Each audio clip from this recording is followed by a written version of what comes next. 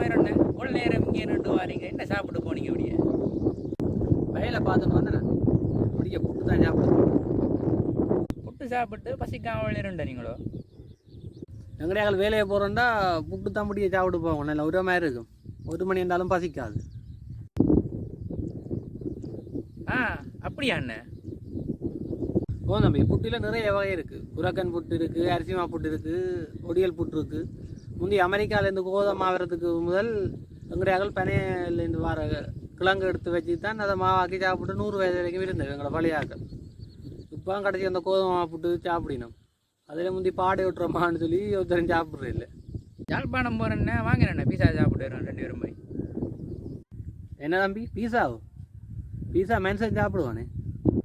இந்த கண்ட உணவெல்லாம் பிள்ளைகளுக்கு கொடுத்து தான் வியாதி எல்லாம் வந்துருக்கு. புற்றுநோயாம் கன வருத்தங்கள்.